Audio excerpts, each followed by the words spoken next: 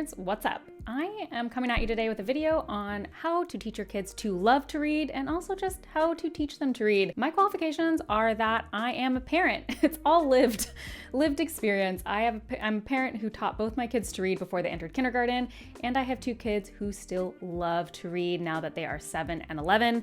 I have never reminded them once to read. They read daily and on their own. It's one of their favorite activities. So I'm just going to share you the tips and tricks I learned through all of my research and all my lived experience as I taught them to both read and love to read. This video will be split into two parts, so you can go whatever is most of interest to you. The first part focused on how to get your kids to love to read, and the second part focused on how I got my kids actually reading.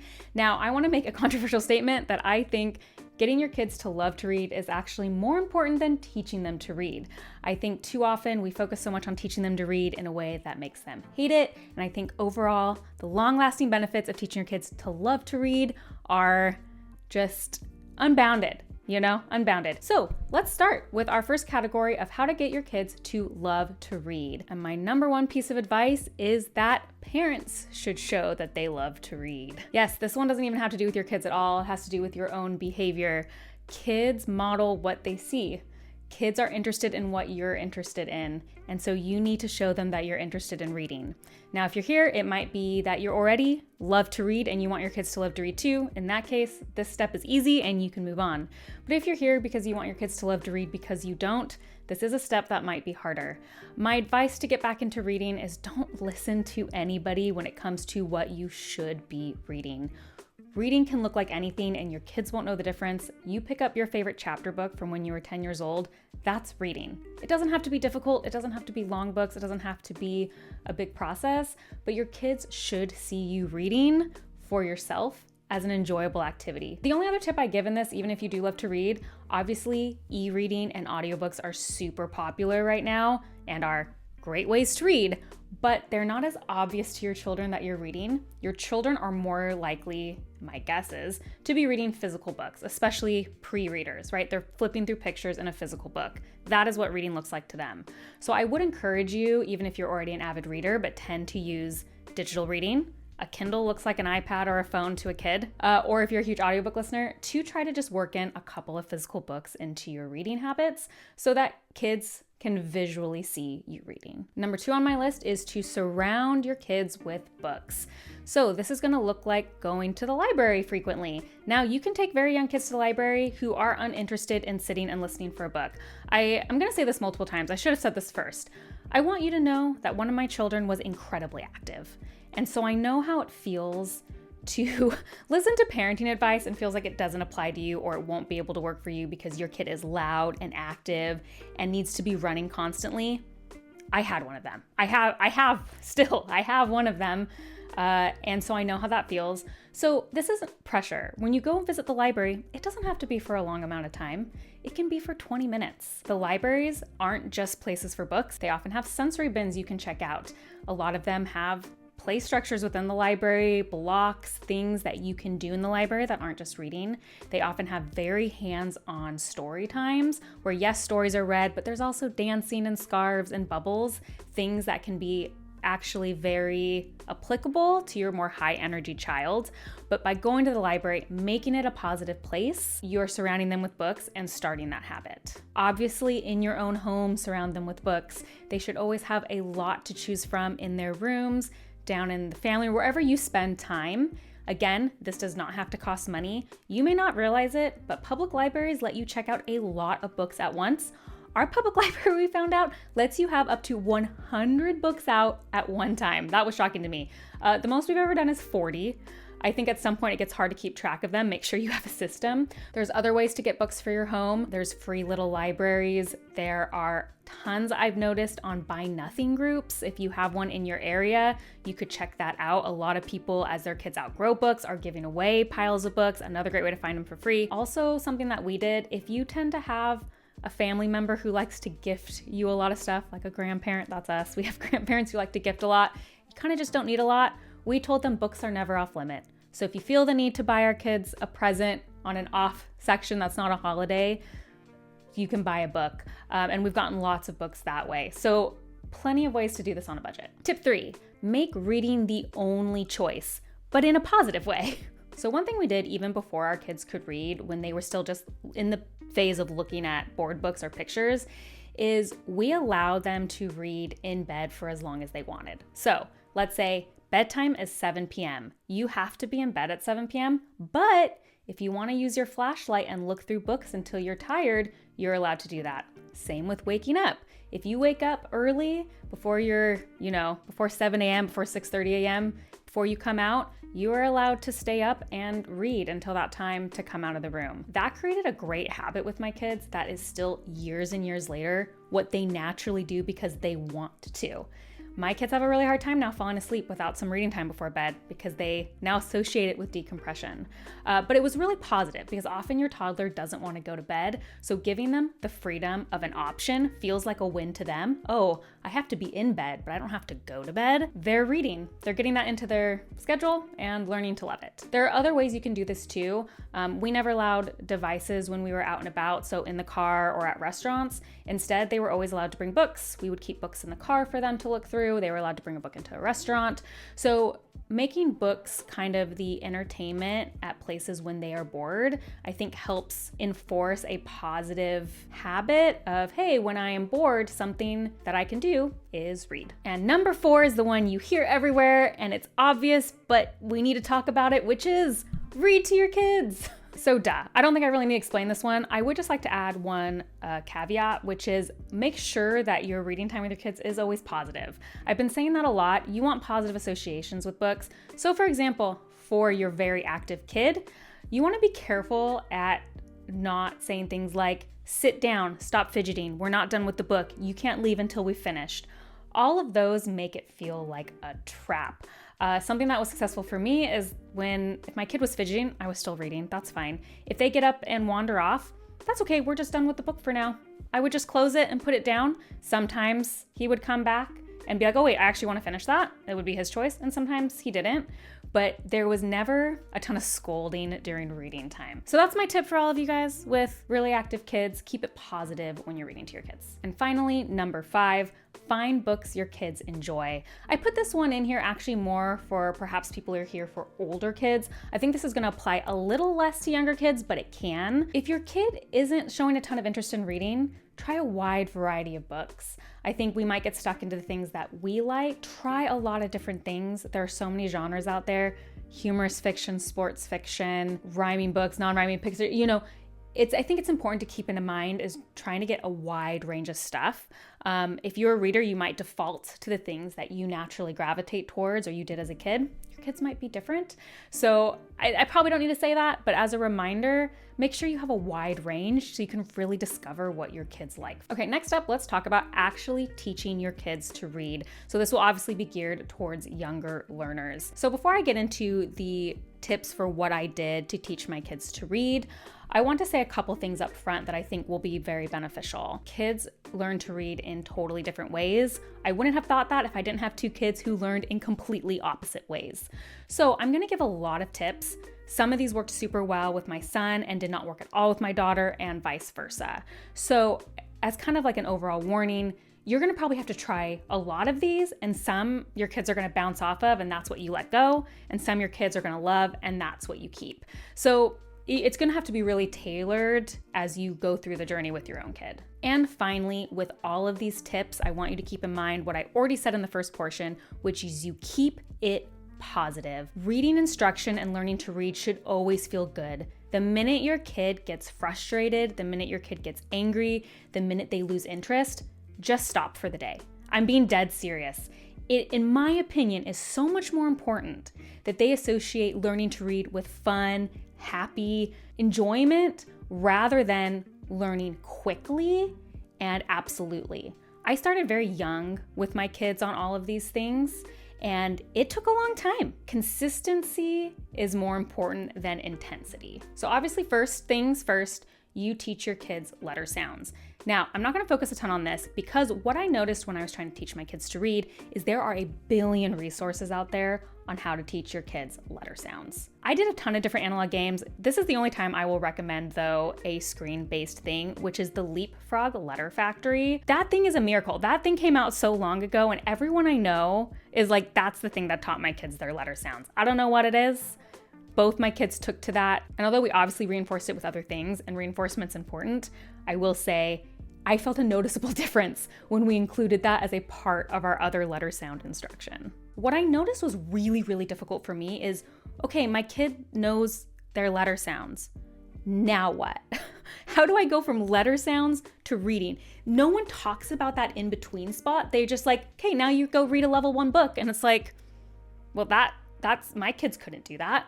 So I'm going to focus a lot on that middle ground. A book you might see a lot is the book Teach Your Child to Read in 100 Easy Lessons. I did buy this book. Personally, it did not work for us. I bring this up because you're going to A, see it a lot, and B, I don't think it was bad that I bought it. Teach Your Kids to Read in 100 Easy Lessons has a portion at the beginning talking to parents about how to teach your kids to read that I think is incredibly beneficial. So I would highly recommend reading it, checking it out from your library, whatever, getting it on Libby, because it talks a lot about the do's and don'ts of how to correct your child while you're teaching them to read, and important things like when I was sounding out words to my kids, I would go k, a, t. And then I read that actually you need to connect them together. Cat. I just sounded like a crazy person. Sorry.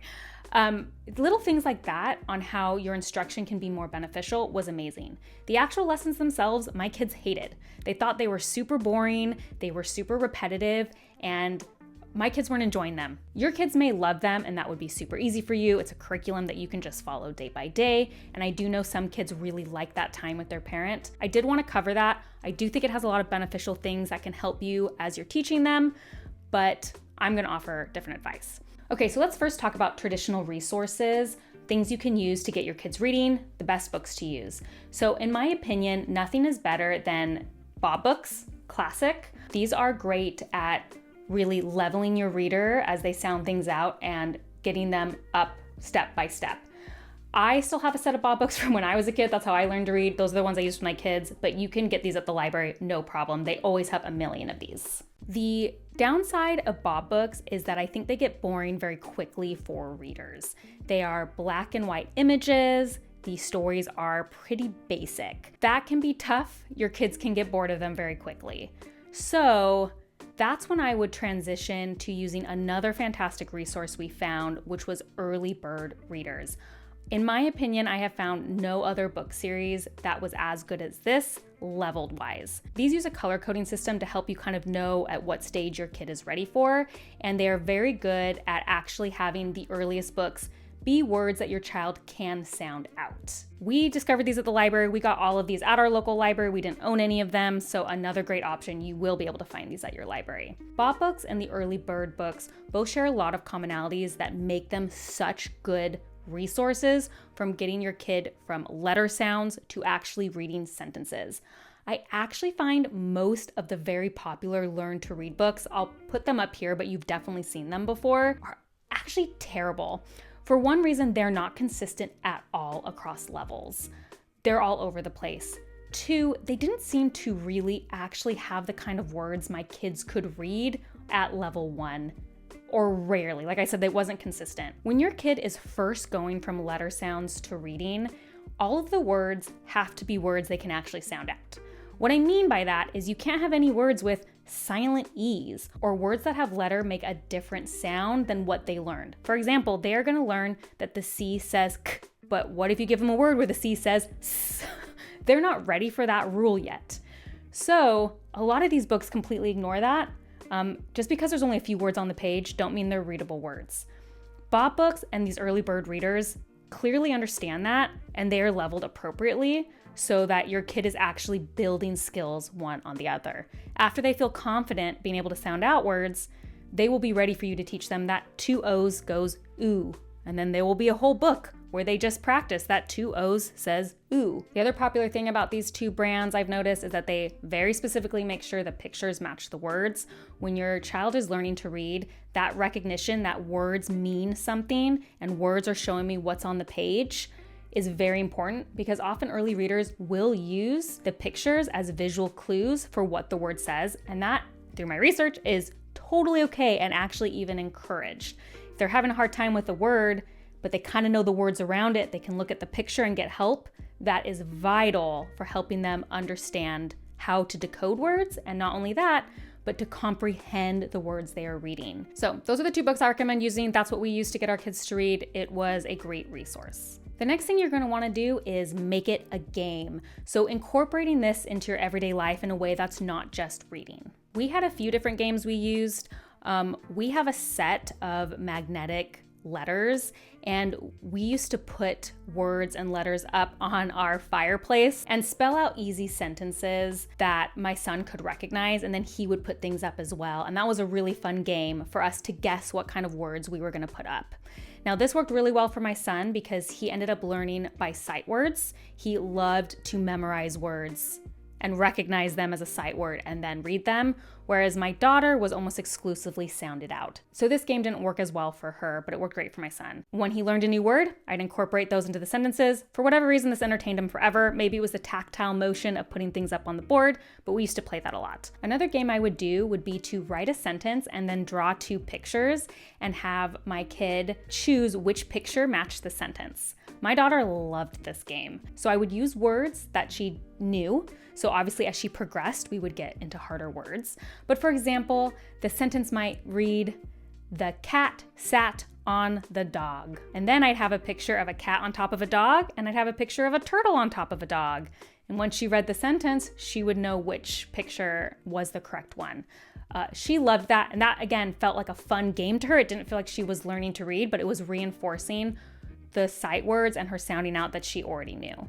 We also owned sight word flashcards, and we used to play a lot of games with those, like Go Fish or matching games or trying to make sentences out of them. Anything that felt tactile and fun, my kids usually really latched onto. There are obviously a lot of different ways to use words they know to make it a game, but if they don't know they're learning, that's usually the best way to do it. The next thing I would say is use their interests.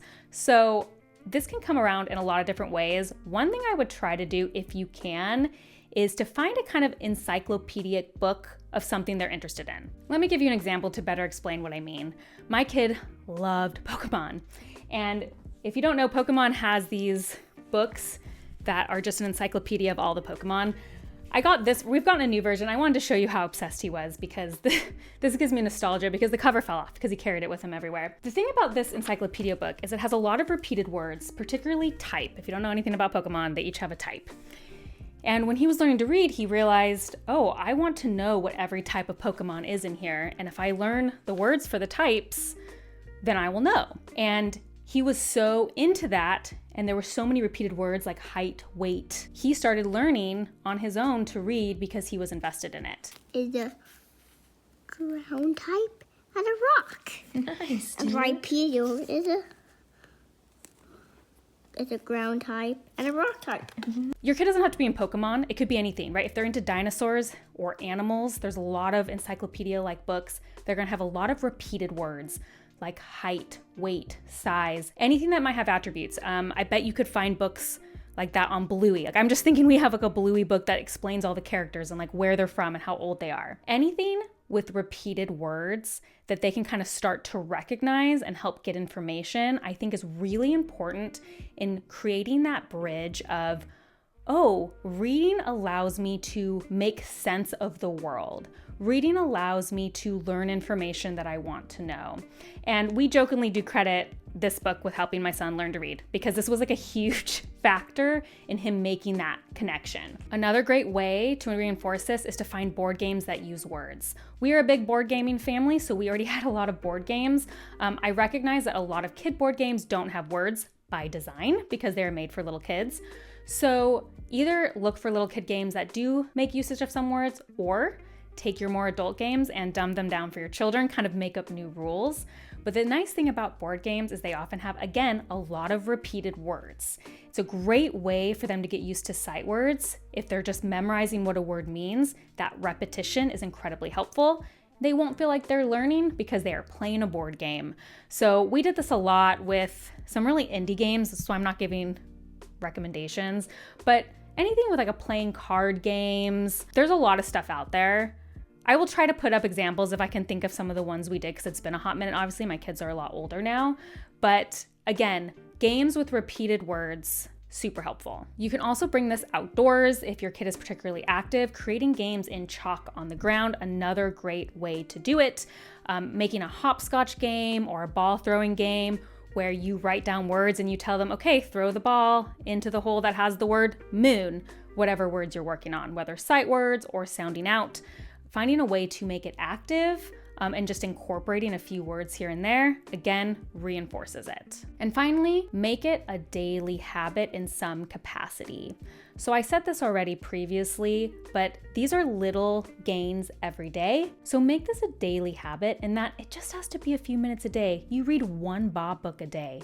Do it consistently and your kids will learn. Part of that consistency can be something that they look forward to every day. One thing I remember doing, and I'll see if I can find a picture of it, is we had this big whiteboard in our house and I used to draw a new picture every morning with speech bubbles of characters my kids loved saying things. And then they'd wake up excited to read what did those characters have to say to them today. And they would usually be words they could read and maybe a combination of new words that we could teach them. And it's a ritual they really looked forward to. So it's about creating a daily habit that is something your kids look forward to doing and you guys get to share together. It's going to make it such a more positive experience. So overall, using their interests, making it a game, and using those books, eventually you're going to get your kids to read. One way to track progress is definitely by using one of those book systems, either Bob Books or the Early Bird Readers, or them in conjunction. One way to see, like, are we making progress is, with Bob Books, it would be, are we getting to the next set? With the Early Bird Readers is, are we making it to the next color? And if you're not, what are our hangups? Maybe we need to go back to letter sounds. Maybe we need to focus a little more on this one combination, CH, ch, and really practice that in our games so we can move up to the next level. It'll be kind of adapting to your individual child's needs as they go. In terms of timelines, it's going to look different. I would say we probably started letter sounds with both our kids around 18 months. My son took to reading very quickly and was reading by 3.5. My daughter took a lot longer and was not reading confidently until her 5th birthday. To make this clearer, letter sounds were a big portion of those years. If you start letter sounds at 18 months, it will probably take them a while to get all of their letter sounds. I would say we weren't trying things like Bob Books and getting them from letter sounds until they were closer to 3 years old, maybe 2.5. It really depends when they have those letter sounds down. My son had them down much earlier, so we moved on to Bob Books earlier, whereas my daughter took a little longer to get her letter sounds, so we weren't starting Bob Books until she was older, maybe closer to 3.5. Those were both years of progress. It wasn't some giant undertaking in terms of we were doing it hours a day. It was just little 5 minutes consistent here and there, and they were both very confidently reading by the time they entered kindergarten. I am sure there are other ways that promise to do it much quicker, and maybe that's better for you. I preferred to take our time and do it over a longer time. If you are starting later than 18 months, this also might go much, much quicker. Obviously, if you're starting with a 3-year-old or a 4-year-old or even a 5-year-old, this stuff they're a little bit more cognitive there, they'll go faster. But my biggest advice is little, consistent, positive movement, and you'll get there. Reading with my kids has been truly one of the joys of my life, since reading is one of my favorite hobbies, and having 2 kids who love to read, and now that we get to share and read our favorite books together, it is amazing. You can do it. I hope these resources were helpful. And yes, all I gotta say is good luck in your reading journey and your kids' reading journey, and I hope this was helpful for you. I'll see you next video. Bye.